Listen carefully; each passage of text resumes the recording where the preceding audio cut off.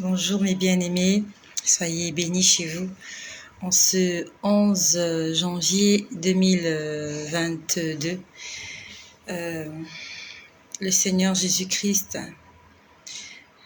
il nous aime, il est bon. Et il nous sensibilise, il nous avertit. Ce midi encore, Jésus m'a parlé. Le Saint-Esprit s'est adressé à moi. Et je ne vais pas d'abord vous partager ce qu'il m'a dit ce midi. Par la grâce de Dieu, si le Seigneur le permet, je reviendrai tout à l'heure pour vous en parler. Mais je vais vous parler de quelque chose qui m'est arrivé il y a de cela quelque temps. Et ça s'est passé dans cette pièce, dans cet endroit là où je me trouve. Je me trouve actuellement dans ma chambre. Et l'expérience que j'ai vécue ce jour-là, c'était plus même qu'une expérience, c'est un témoignage. Pourquoi je témoigne? La Bible nous dit à la loi et au témoignage. C'est écrit dans le livre d'Ésaïe. À la loi et au témoignage. Ça veut dire que la loi doit être liée au témoignage. La loi, c'est la parole de Dieu. Mais le témoignage aussi, il est important parce qu'il édifie. À la loi et au témoignage, car si l'on ne parle pas ainsi, il n'y aura point d'aurore pour le peuple. Les témoignages, c'est là pour édifier. Bonsoir à Richie de Yves. Bonsoir à Souria Gervaise. Que le Seigneur vous bénisse. Ce que je vais vous raconter ce soir, je l'ai vécu dans ma chambre. Ça s'est passé dans ma chambre. Bonjour à Madly Désiré. Bonjour à vous tous, mes bien-aimés, partout là où vous êtes. En ce 22, pas 22, nous sommes le 11 janvier 2022. Et avant de vous faire ce partage, j'aimerais chanter. Bonjour, bonsoir à Richie de Yves. Beauté, bonsoir à Sino depuis les États-Unis. Je veux chanter en lingala. En fait, tout à l'heure, j'étais sur TikTok et j'ai entendu cette chanson et je l'aime bien, vous l'avez déjà entendue.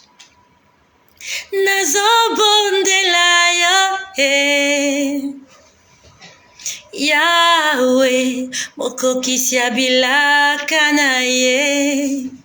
Si tu le connais, chante avec moi.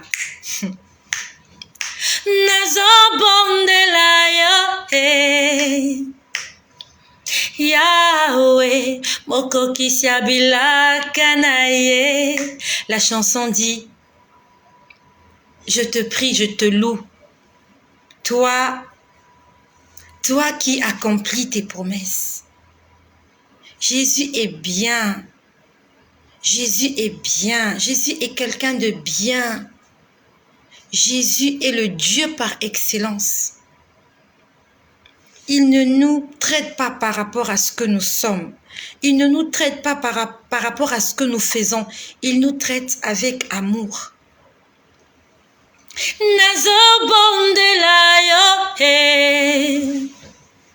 Yahweh, mokoki siabila kanaye. Papa ya mokolo baki, bila kanayo kokoki sango nazobondela yo. Hey. J'ai entendu ça tout à l'heure sur TikTok et c'est une chanson profonde. C'est une chanson profonde. Nazobondela yo, hey. Yahweh, mokoki siabila kanaye. Aime chanter pour Dieu. Passe ta vie, passe ton temps, ta journée à chanter pour Dieu. Papa yo mokolo baki, bila kanayo kokoki sango nazobondela yo, hey. Oh, Jésus-Christ est bon. Il est bon, Jésus-Christ. Et si tu as fait la rencontre de Jésus, accroche-toi à cet homme de tout ton cœur, de toute ta force, de toute ton âme. Accrochons-nous à Jésus. Il n'y a pas mieux que Jésus. Il n'y a pas mieux que Jésus. du haut de mon âge, je n'ai jamais reçu ce que j'ai reçu aujourd'hui. Je n'ai jamais été aussi comblée comme je le suis depuis 2017. Au départ, c'était traumatisant mon expérience. Mais aujourd'hui, c'est pour moi une joie. C'est comme un accouchement, c'est quelque chose de traumatisant, ça fait mal. Mais après, vous avez votre bébé dans les bras et vous oubliez toutes les souffrances. Jésus-Christ est Seigneur. Jésus-Christ est Dieu. Jésus-Christ est notre Sauveur. C'est par lui que nous avons la vie éternelle. Il y a de cela quelque temps, j'avais perdu un membre de ma famille. Ça s'est passé il y a de cela quelque temps. Et le Seigneur m'a demandé de vous faire ce témoignage. Parce que je ne l'ai jamais fait. Il me l'a dit aujourd'hui, il m'a dit, fais ce témoignage. Donc, ça s'est passé en février. Ce que je vous dis, ça s'est passé en février 2019. Donc, ça fait exactement 2 ans. C'était le 1er février. J'avais perdu quelqu'un de ma famille maternelle. Et vraiment, c'est une longue histoire. Et si je commence à la raconter, ça va prendre du temps. En fait, cette personne était malade, ça faisait des années. Et elle est partie partout, elle est partie à l'hôpital, elle a rencontré plusieurs personnes, des guérisseurs, beaucoup de gens, des prophètes, mais elle ne trouvait toujours pas gain de cause. Le Seigneur m'avait envoyé lui parler de Jésus. Je lui ai dit que c'est Jésus qui pouvait la guérir. C'était une parente maternelle. Et pour la discrétion, je ne vais pas. Parce que Donc, j'étais en train de dire, c'est une parente à moi qui malheureusement est décédée. Et j'étais allée lui parler de Jésus. J'étais allée lui dire, Jésus veut te guérir et Jésus va te guérir. Elle avait une plaie inguérissable, ça faisait des années. Elle était allée voir des marabouts, des féticheurs, elle était allée à l'hôpital, elle était allée voir des hommes, des femmes de Dieu, tous ces gens qui sont des menteurs. Et elle n'avait pas trouvé gain de cause. Je lui ai proposé de l'amener à l'église là où je prie. Elle a accepté parce qu'elle était dans le besoin. Nous sommes allés à l'église. Je l'ai présenté au pasteur. Nous avons prié.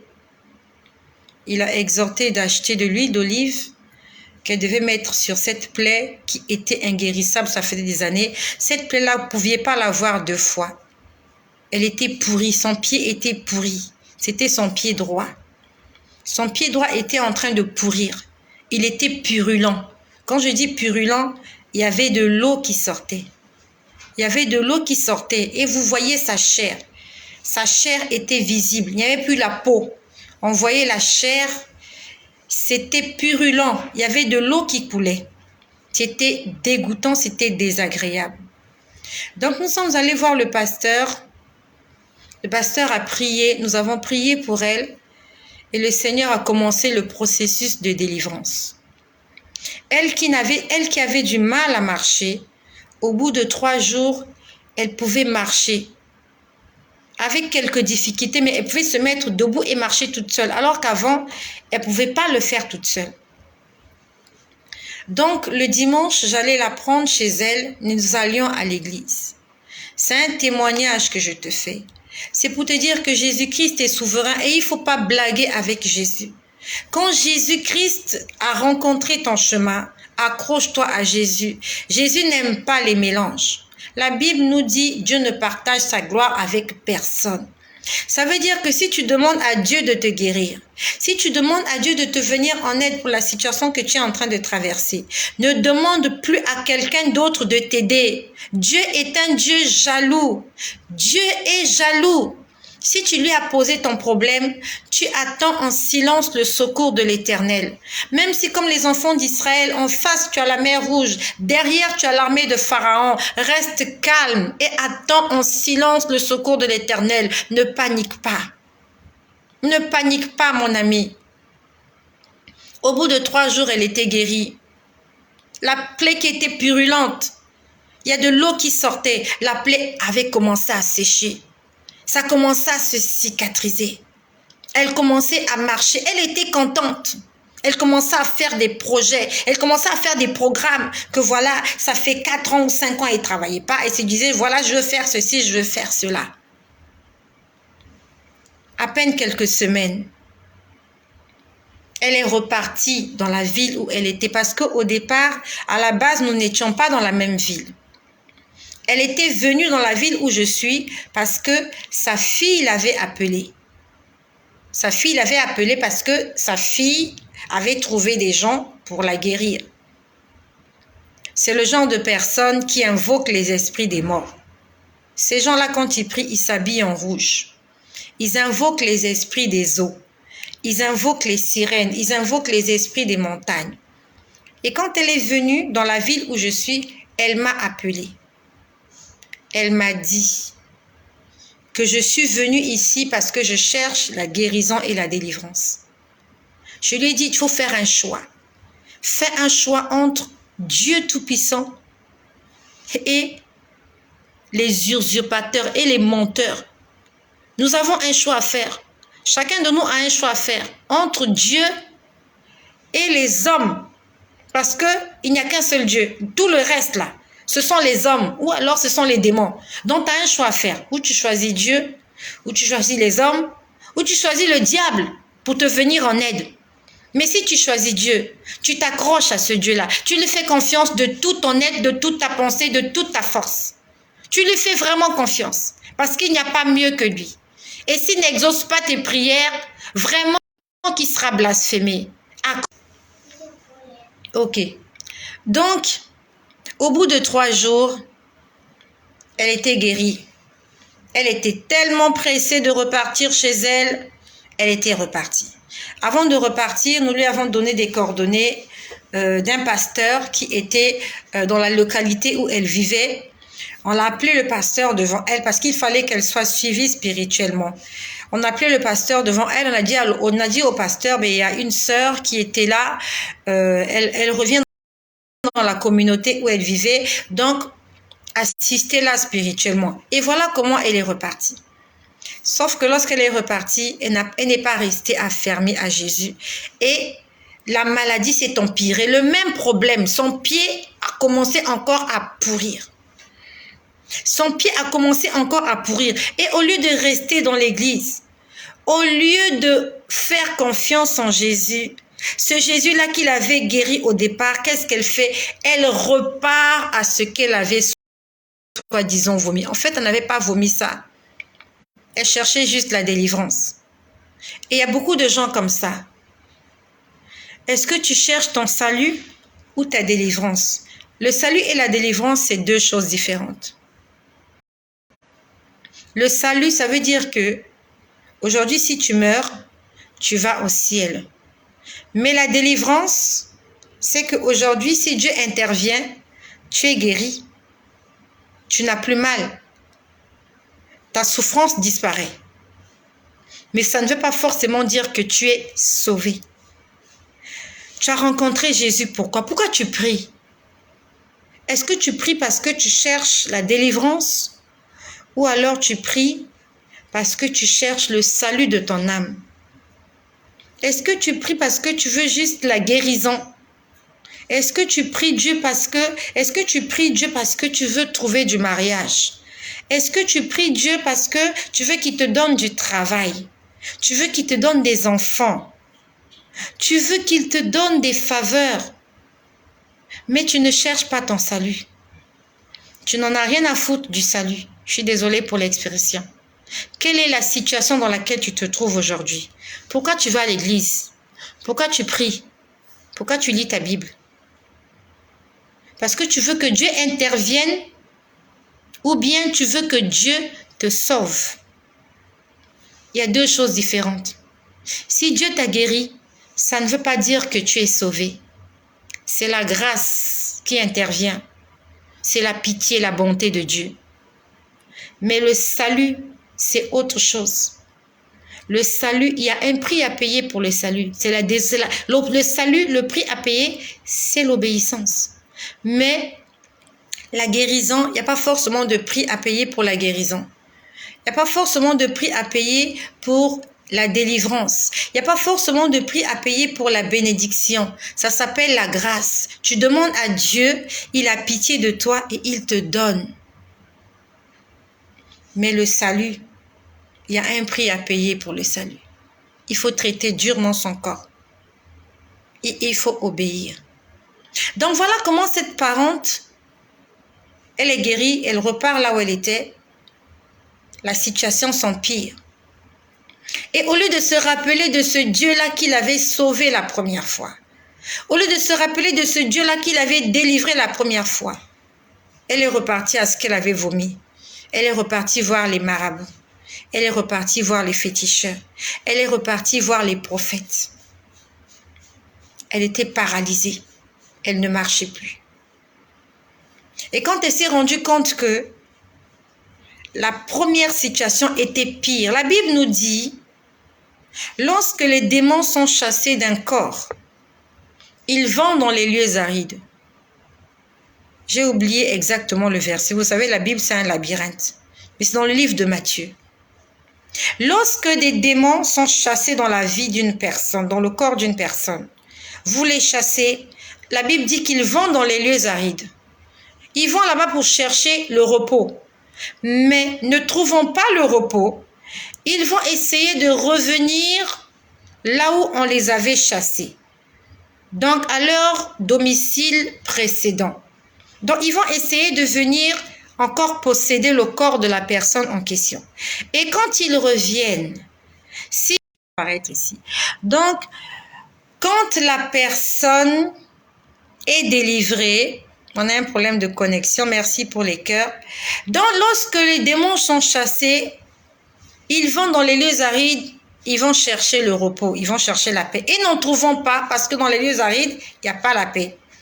Ils essayent de revenir dans le corps où ils étaient.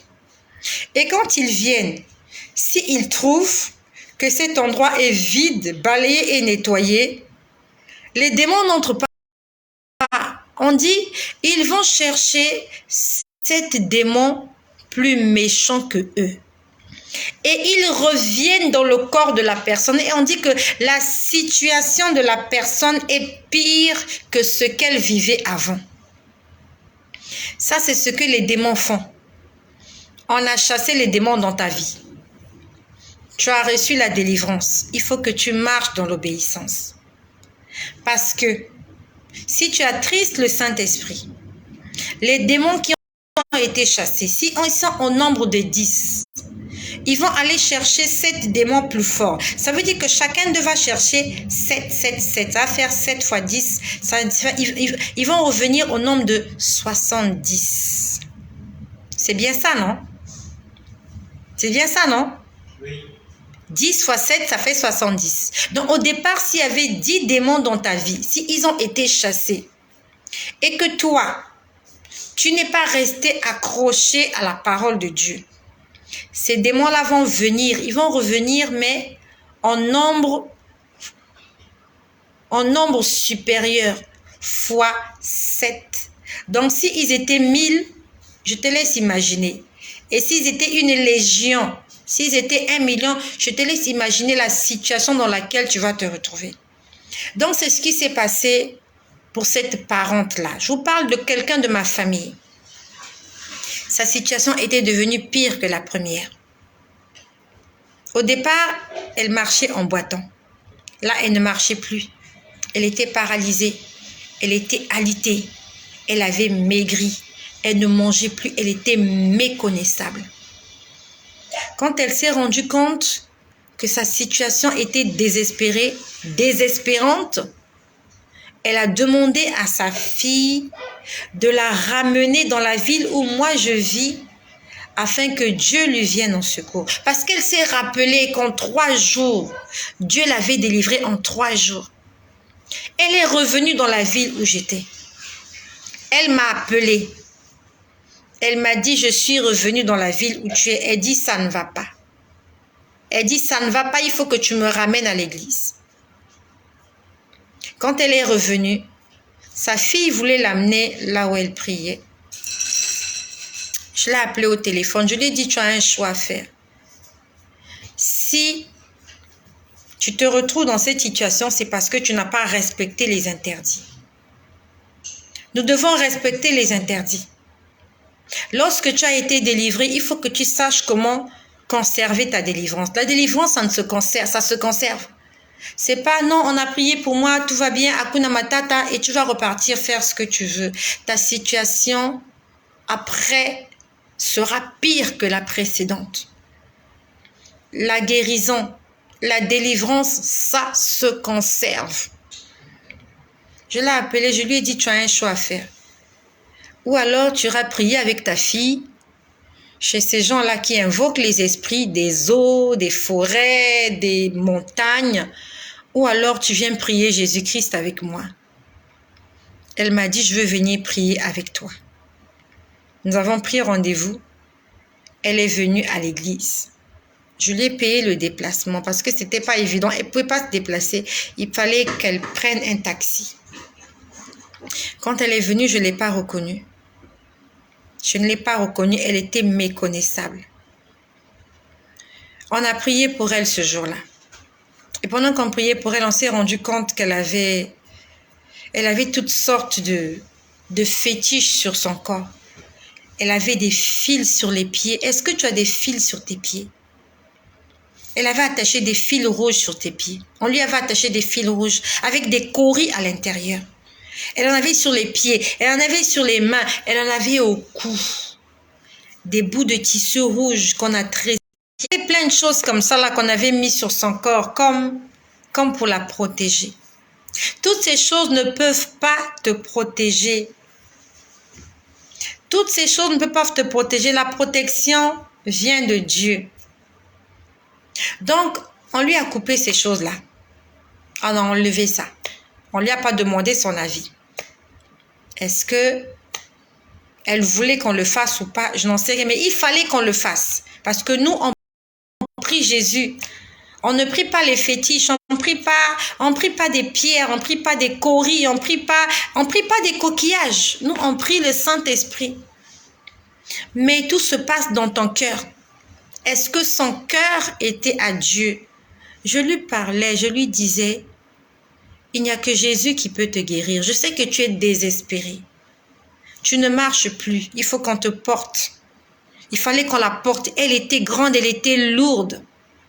Je lui ai dit, quelle que soit la situation que tu traverses, quel que soit ce que tu ressens dans ton cœur, dans ton corps, mets confiance en Jésus. Je lui ai dit, mets confiance en Jésus seul. J'ai insisté parce que sa fille avait de l'influence sur elle et sa fille l'a poussée à aller voir ces gens qui prophétisent, qui disent des choses et qui s'habillent en rouge. Quand elle était avec moi, elle priait Jésus. Quand ils étaient chez eux, ils priaient un autre Dieu. Et la Bible dit, Dieu ne partage sa gloire avec personne. Si tu fais des mélanges dans ta vie, Dieu n'interviendra pas en ta faveur. Parce que lorsque tu auras vu le miracle, tu ne témoigneras pas le nom de Jésus. Tu vas témoigner ces choses-là. Tu vas dire, ah, mais c'est tel pasteur qui a prié pour moi. Non, mais c'est tel médicament qui m'a fait du bien. Est-ce que Dieu tire gloire dans ce que tu vas témoigner? Quand tu vas témoigner que c'est ce médicament-là qui t'a guéri. Quand tu vas témoigner que c'est grâce à ce docteur-là que tu as trouvé la guérison. Quand tu vas témoigner que non, c'est parce que tu as fréquenté cette église-là. Est-ce que Dieu tire gloire dans ce témoignage que tu feras? Dieu, Jésus, il veut que le jour où tu vas témoigner, que tu dises, c'est Jésus qui m'a guéri. C'est Jésus qui m'a béni. C'est Jésus qui m'a délivré. C'est ce qu'il a envie d'entendre dans la bouche de chacun de nous. Donc, quand elle était avec moi et priait Jésus, quand elle était de l'autre côté, ben, il faisait ce qu'il voulait. Et un soir, ils m'ont appelé. Ça va être un peu long, mais il faut que j'en parle. Et c'est pour la première fois que j'en parle. Je suis désolée pour les personnes qui ont des problèmes de giga de connexion. Un soir, il m'appelle, elle m'appelle. Elle, les dames, parce qu'elle était avec sa fille, elle vivait chez sa fille. Un soir, elle m'appelle. Il se faisait tard, il était 10 heures du soir. Le téléphone sonne et je vois que c'est sa fille qui m'appelle. Je demande à sa fille qu'est-ce qui se passe. Elle me dit que depuis le matin, c'était un dimanche. Elle me dit depuis le matin, maman s'est pas réveillée, elle n'a pas ouvert les yeux. En fait, elle est alitée. Elle dit elle ne bouge pas. Je dis mais comment elle bouge pas? Elle dit elle ne bouge pas. Je dis mais même quand tu la pinces, elle dit elle bouge pas. Elle a les dents serrées. Donc elle a serré ses dents. Donc même quand sa fille essaie de lui ouvrir la bouche, elle dit les dents étaient serrées. Elle dit quand tu la pinces, elle dit quand je la pince, elle ne réagit pas. En fait, elle ne réagissait plus, mais elle respirait. Je me suis dit que si sa fille m'a appelée, c'est parce que cette dame a témoigné de ce que mon Dieu a fait pour elle. Et mon Dieu, c'est Jésus. J'ai pris le téléphone. Au fond de mon cœur, j'étais en train de prier. Je dis, Seigneur, je veux voir un miracle ce soir. Si cette femme-là m'a appelée, c'est parce que elle sait que la solution, elle peut la trouver peut-être chez moi. Au fond de mon cœur, j'étais en train de prier. Je dis, Seigneur, j'ai commencé à prier pour cette femme. Je vais taire son nom parce qu'il s'agit de quelqu'un de ma famille. Pour des raisons de confidentialité et pour sa mémoire, je ne donne pas son nom. J'ai prié pour elle de toutes mes forces. J'ai prié pour elle de toutes mes forces. J'ai dit, Seigneur, interviens. Parce que si elle meurt, les gens diront, ben voilà, là où elle vivait, elle avait demandé de venir, qu'on l'emmène chez Estelle pour que Estelle l'emmène dans son église. Et tout le monde le savait. Qu'elle avait demandé qu'on la ramène dans la ville où je suis parce que Estelle doit la ramener dans son église. Parce que c'est dans son église où il y a la guérison. La guérison ne se trouve pas à l'église. La guérison se trouve en Jésus-Christ. Les gens étaient au courant de ça. J'ai dit, Seigneur, les gens ont entendu dire qu'elle est revenue ici à cause de moi. J'ai dit, Seigneur, si tu n'interviens pas, qu'est-ce que les gens ne diront pas? J'ai prié de toutes mes forces, j'ai crié, j'ai hurlé. J'ai dit tout ce que je pouvais dire. Après, poussée par l'esprit, j'ai commencé à appeler son nom. Donc, c'est comme si je la voyais en train de se diriger quelque part. C'est comme si elle était en train de faire un voyage et elle allait quelque part, mais c'est quelque chose en esprit. Je pouvais la voir hors de son corps, être attirée à aller quelque part. Et le Saint-Esprit me dit, appelle-la. J'étais au téléphone avec sa fille. Ça s'est même passé, on aime rester au téléphone plus d'1 heure. J'ai dit à sa fille, mets le téléphone à son oreille. J'ai dit, mets le haut-parleur et tu mets le téléphone à son oreille pour qu'elle m'entende. Je l'ai appelé par son nom. J'ai appelé son nom. Je lui ai dit. J'ai récité tout son nom et son prénom. J'ai dit, là où tu te trouves, je sais que tu entends ma voix. Je t'ordonne au nom de Jésus de rebrousser chemin et de reprendre ton corps. Je lui ai dit, je te l'ordonne. Je n'ai pas besoin de ton avis. Je n'ai besoin de l'avis de personne. Je t'ordonne maintenant que tu rebrousses chemin parce que je suis en train de te voir, tu es en train d'aller quelque part.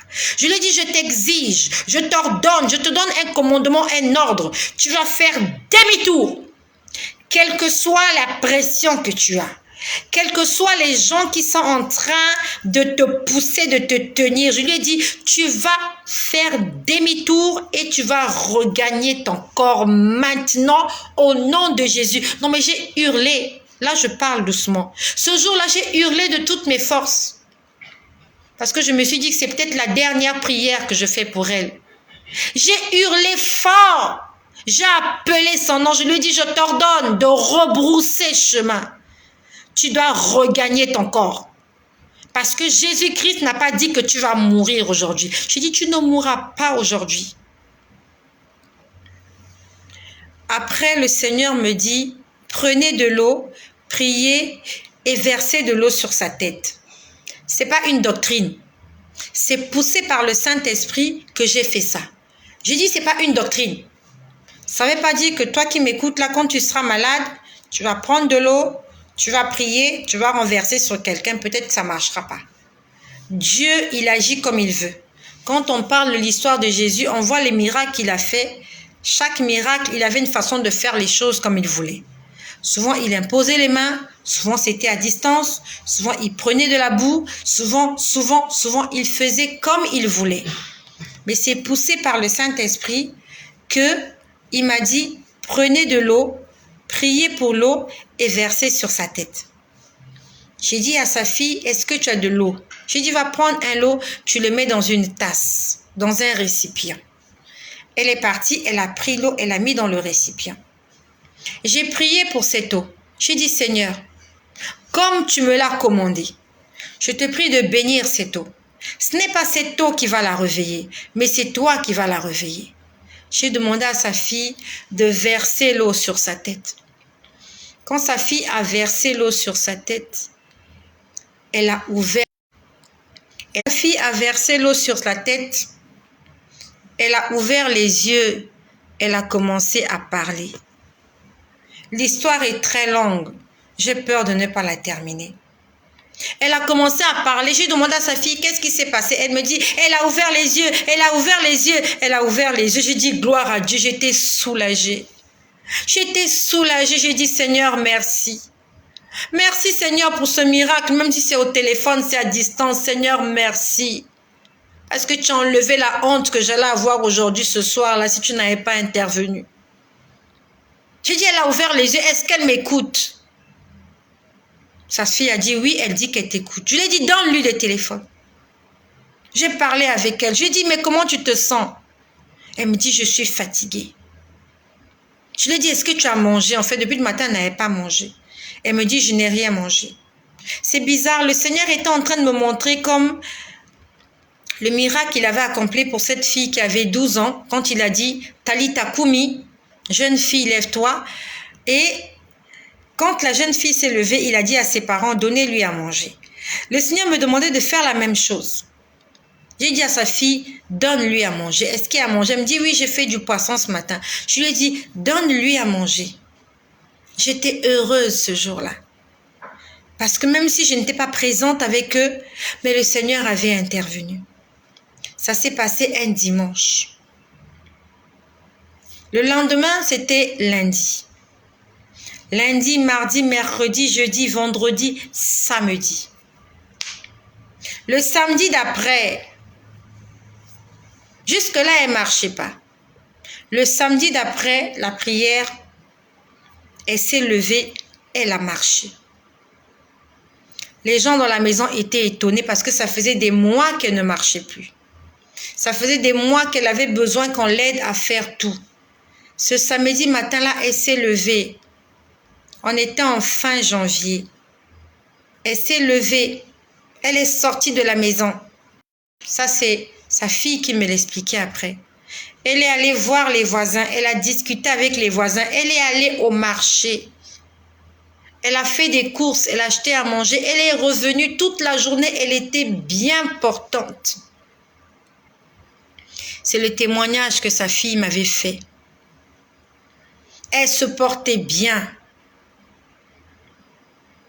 jusqu'au soir, elles sont allées se coucher. Quand elles sont allées se coucher, ça c'est le témoignage que sa fille me fait. Dans la nuit, elle appelle encore sa fille. Elle dit à sa fille, viens m'aider parce que je n'arrive pas à me lever, je veux me tourner. Sa fille lui dit, mais comment tu peux plus te lever alors que toute la journée, tu étais debout?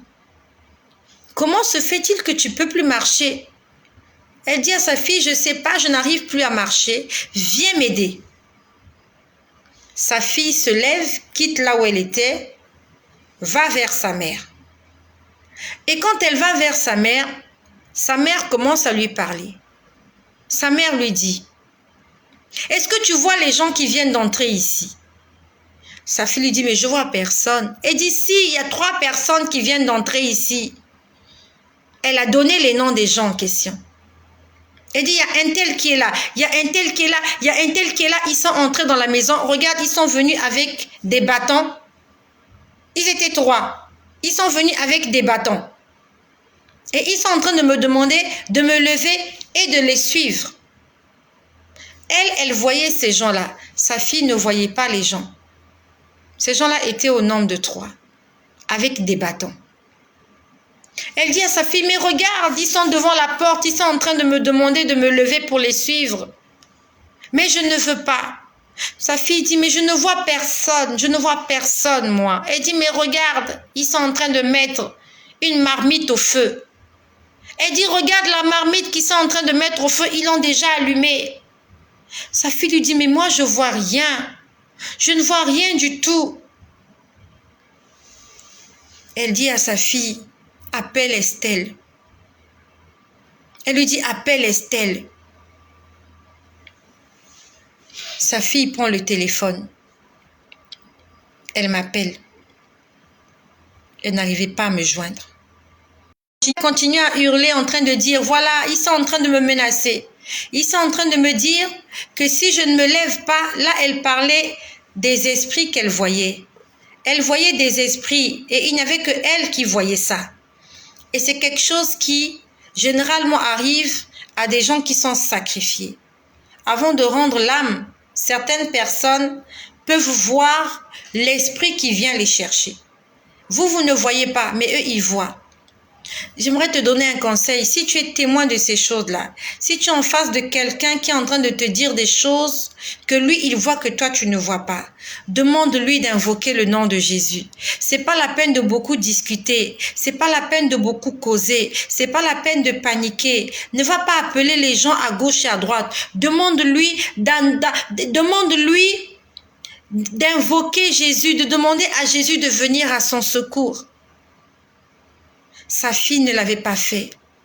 Ils n'ont pas invoqué le nom de Jésus. Elles essayaient de m'appeler. Elle essayait de m'appeler. Elle dit que le téléphone ne passait pas. Pourtant, je ne ferme jamais le téléphone. Mon téléphone n'est jamais éteint. Jamais, quelle que soit l'heure, mon téléphone n'est jamais éteint.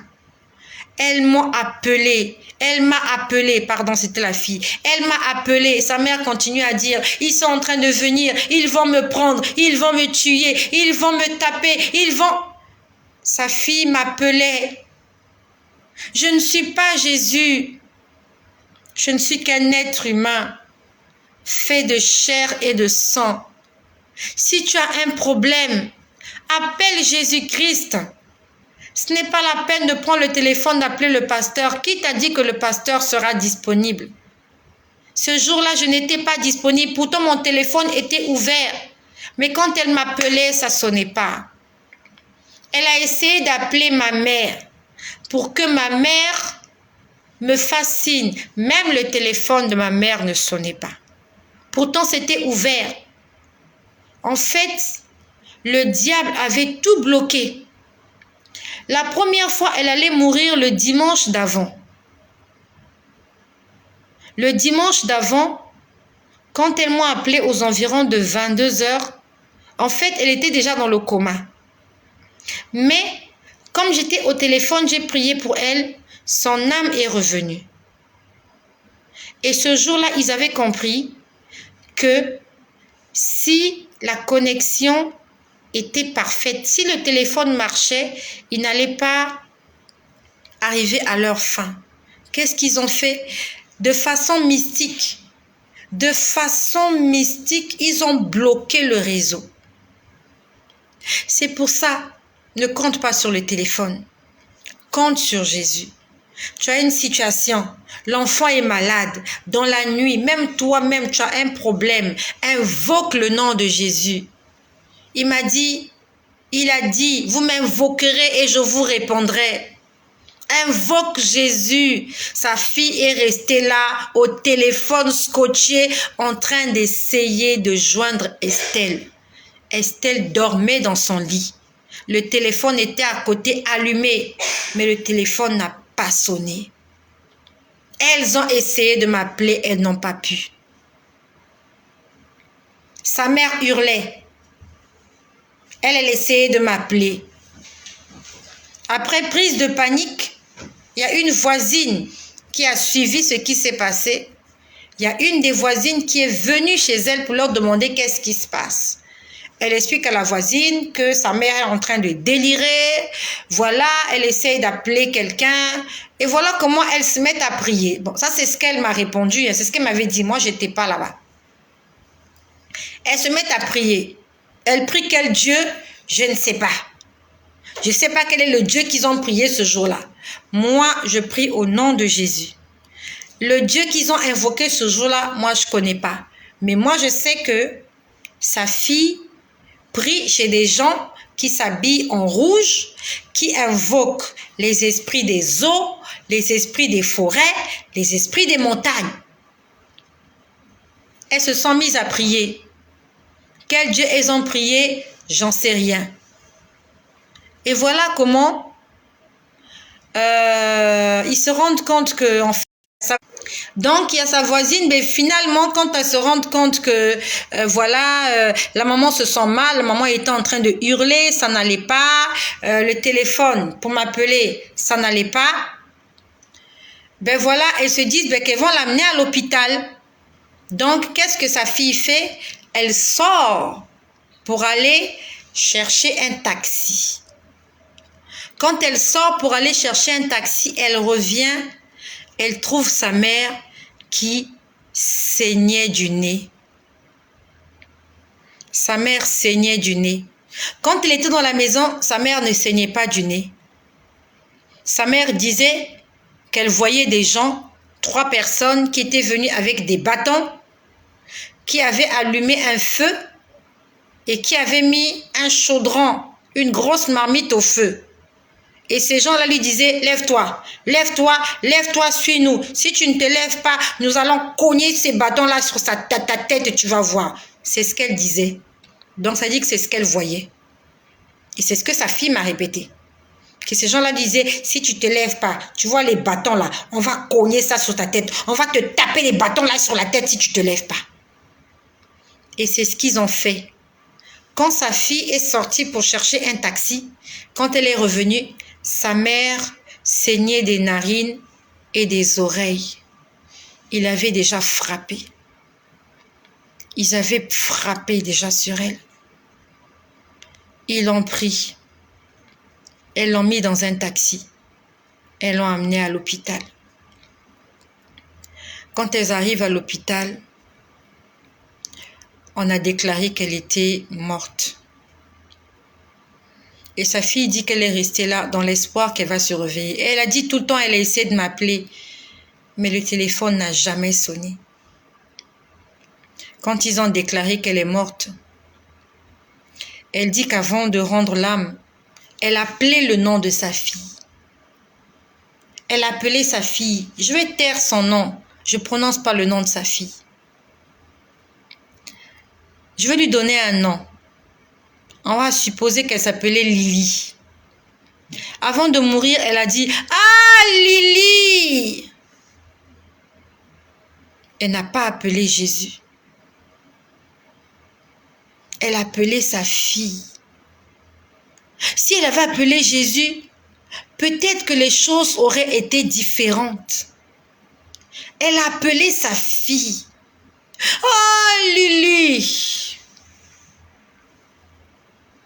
Après, elle a rendu l'âme. Ça veut dire que dans son cœur, dans son fond intérieur, Jésus n'était même pas présent. Parce que dans les moments les plus difficiles, les plus désespérés, on pense à Dieu. On invoque Dieu. Elle n'a pas invoqué Dieu. Elle n'a jamais appelé Dieu. Est-ce qu'il avait rendu débile? Est-ce qu'il avait perdu la mémoire au point où tu souffres, tu vois des gens qui viennent pour te tuer, ils ont mis une marmite au feu, tu sais qu'ils vont te braiser, ils vont te préparer, tu n'appelles pas le nom de Jésus. Qu'est-ce qu'il lui avait fait? Pourquoi n'appelle pas Jésus-Christ au secours?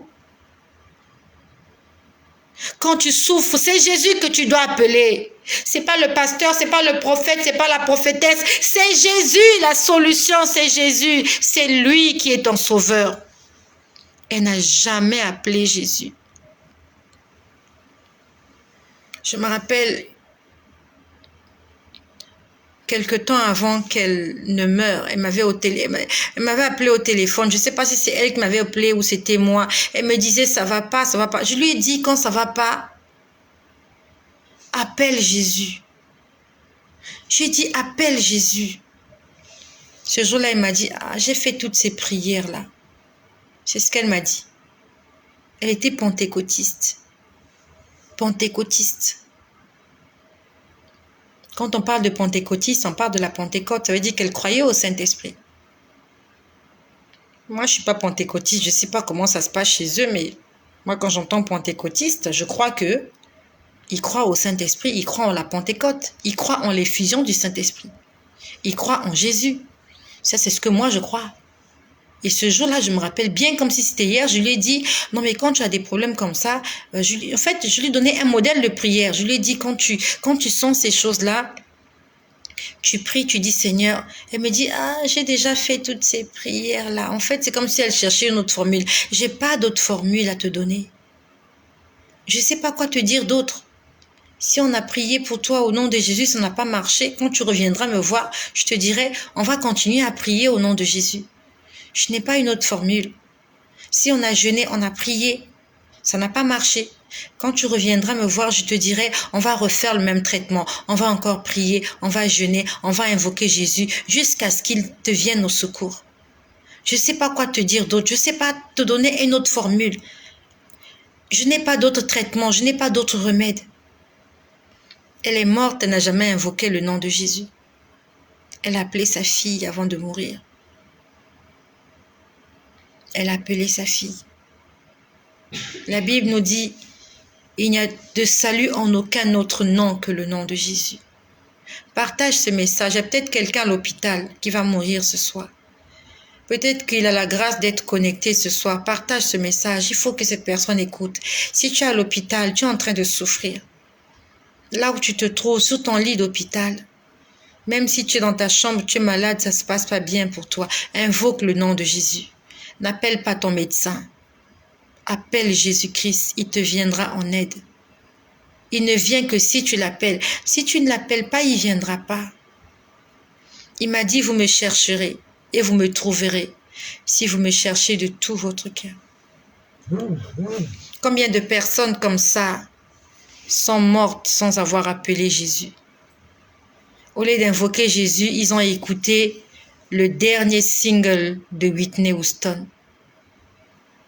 Au lieu de chanter des louanges, on est venu leur chanter le Père Noël sur leur lit d'hôpital. Tu crois que c'est le Père Noël qui va te sauver? Elle est morte. Elle est morte. Elle avait été guérie en 3 jours. Elle avait donné sa vie à Jésus. Et j'étais témoin. Mais elle est repartie à ce qu'elle avait vomi. Parce qu'elle sentait mal dans son corps, dans sa chair. Elle avait mal, ça n'allait pas. Elle est repartie voir les féticheurs, les marabouts, les occultistes, les devins. Quel que soit ce que tu vis, quelle que soit la douleur, meurs dans les bras de Jésus. Accepte de mourir dans les bras de Jésus. N'invoque pas le nom de quelqu'un d'autre. N'appelle pas ta mère, N'appelle pas ton père, n'appelle pas ta fille, n'appelle pas ton mari. Appelle Jésus. Et même s'il faut que tu meurs, il t'enverra un ange pour venir te chercher. À ce moment-là, on pourra dire RIP parce que tu vas vraiment reposer en paix. Elle est morte. Ils ont tapé sur sa tête avec des bois.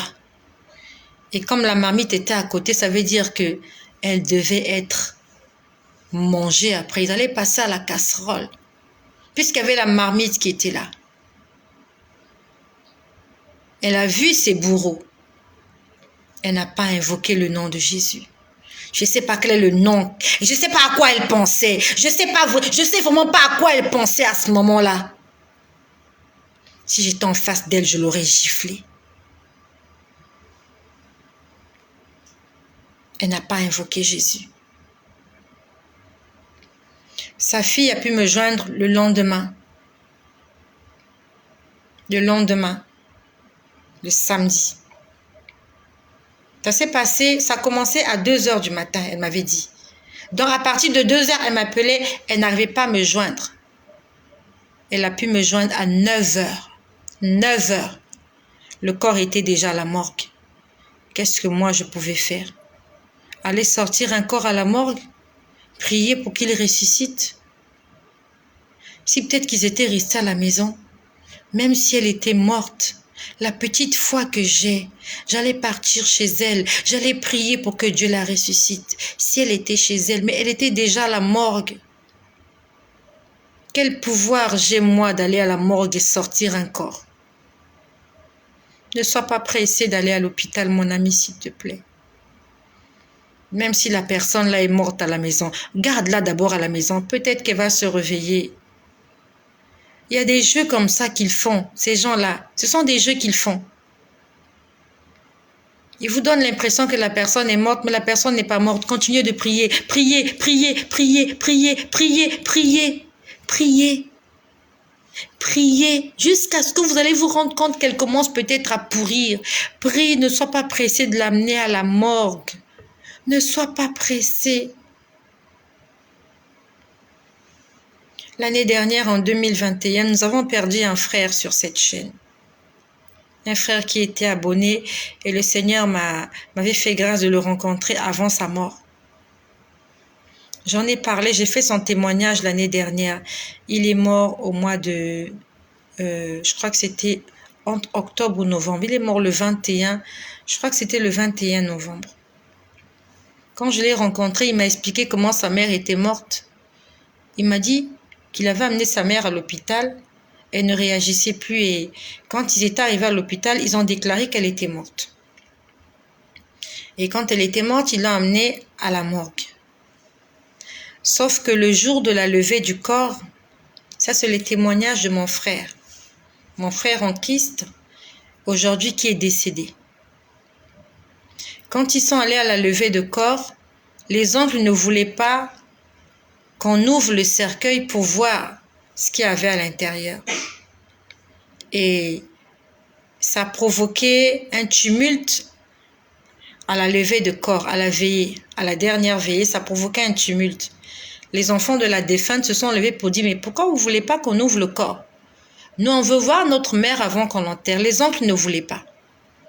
Fin des fins, les enfants ont gagné, on a ouvert le cercueil. Et il m'a dit, quand ils ont ouvert le cercueil, ils se sont rendus compte que sa mère avait été tabassée. Son visage était tuméfié. Alors qu'il dit, quand je l'ai amenée à l'hôpital, elle n'était pas comme ça. Ça veut dire qu'à la morgue, dans la morgue, sa mère s'était réveillée. Et les croque-morts là, ceux qui travaillent à la morgue, il avait achevé. Elle s'était réveillée. Pourtant, les médecins l'avaient déclarée morte. On a dit, mais il n'y a plus rien, elle est morte, il n'y a plus de pouls. Même si les médecins disent qu'il n'y a plus de pouls. Qui t'a dit qu'il n'y a plus de pouls? C'est un jeu qu'ils font. Ce sont les sorciers qui font ça. Ils vous font croire que la personne est morte, mais la personne n'est pas morte. Et elle s'est réveillée à la morgue. Sauf qu'à la morgue, elle était seule. Elle était en face de ses bourreaux.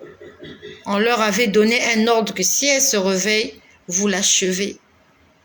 Et ils l'ont achevée à coups de bâton ou de pioche, je ne sais pas, mais ils l'ont battue à mort.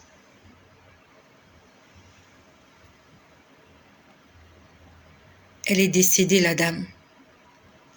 Sa fille m'a eu au téléphone à 9h du matin. Je lui ai dit, est-ce que tu étais sûre que ta mère était sûre qu'elle était morte? Je voulais être sûre que sa mère était morte. Elle me dit, oui. Nous sommes arrivés à l'hôpital aux environs de 6h. Elle dit, je suis restée là jusqu'à 8h. Et quand j'ai senti la rigidité cadavérique, elle dit, j'ai demandé qu'on l'amène à la morgue. La rigidité cadavérique, c'est quand la personne commence à devenir raide. Son corps commence à se refroidir. J'étais triste. J'étais vraiment triste. Parce qu'une semaine avant, je l'avais au téléphone, nous avions prié pour qu'elle ne meure pas. Et ils sont revenus une semaine après. Ils ont bloqué le réseau. Ils ont bloqué pour que je ne prie pas pour elle. Le diable ne veut pas que tu vives longtemps. Le diable, il fera tout pour te tuer. Il va faire tout. Ne compte pas sur le téléphone. Compte sur Jésus. Elle est morte le 1er février. Et la veillée, c'était le 1er février. La veillée, c'était non loin de chez moi. Nous étions dans le même quartier. Et le soir du 1er février, je suis allée à la veillée. Et c'est ce soir-là que ma fille m'a expliqué tout ce que je vous ai dit. Je suis restée à la veillée jusqu'à minuit.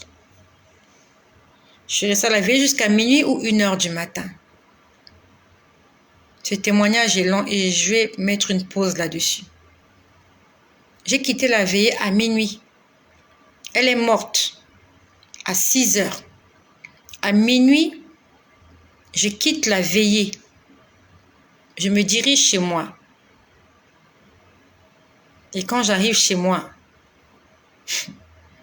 il se passe des choses.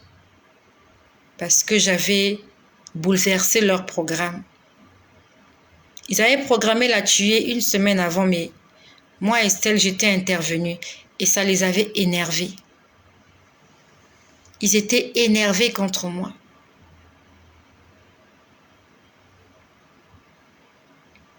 Et ça s'est très mal passé pour moi, cette nuit-là. Par la grâce du Seigneur, je viendrai tout à l'heure terminer ce témoignage. Il est très long. C'est le Seigneur qui m'a demandé de vous en parler. Si tu as rencontré Jésus, accroche-toi. Faut pas me regarder. Ne regarde pas des hommes, des femmes de Dieu. Un homme peut te tromper. Une femme peut te tromper. Dieu ne peut pas te tromper. Tu peux appeler quelqu'un au téléphone, ça ne sonne pas. Mais quand tu appelles Dieu, son téléphone est toujours ouvert. Il est toujours disponible, quelle que soit la distance, quelle que soit l'heure, quelles que soient les intempéries. Jésus-Christ est toujours joignable. Je suis rentrée chez moi ce soir-là, aux environs de minuit, 1h du matin. Non, il était plus de minuit. Je suis rentrée. Dès que je suis rentrée, il s'est passé des choses chez moi. Partage ce message, reste connecté. Si le Seigneur le permet, je reviendrai tout à l'heure vous dire ce qui s'est passé ce soir-là chez moi. Et peut-être que ça peut se passer comme ça chez toi aussi. Invoque le nom de Jésus. Si tu vois des gens que tu ne connais pas, appelle Jésus-Christ au secours. Que Jésus-Christ soit béni, soit glorifié. Merci d'avoir été connecté. Je vois que vous êtes nombreux. Ça fait longtemps que je parle. Je vais rapidement citer vos noms. J'ai ma sœur Florence Soutinam, j'ai Rayon du Soleil, j'ai Soria Vergès qui est là, j'ai Pépin Malanda. Alors, est-ce que ça peut défiler? J'ai Clarisse Polici, soyez tous bénis. Il y a Patrice. Vous êtes nombreux, il y a Corinne qui est là, il y a Madly, il y a Antoinette, il y a Aldonadieu, vous êtes nombreux, que ça défile, vous êtes vraiment nombreux, Eudoxie,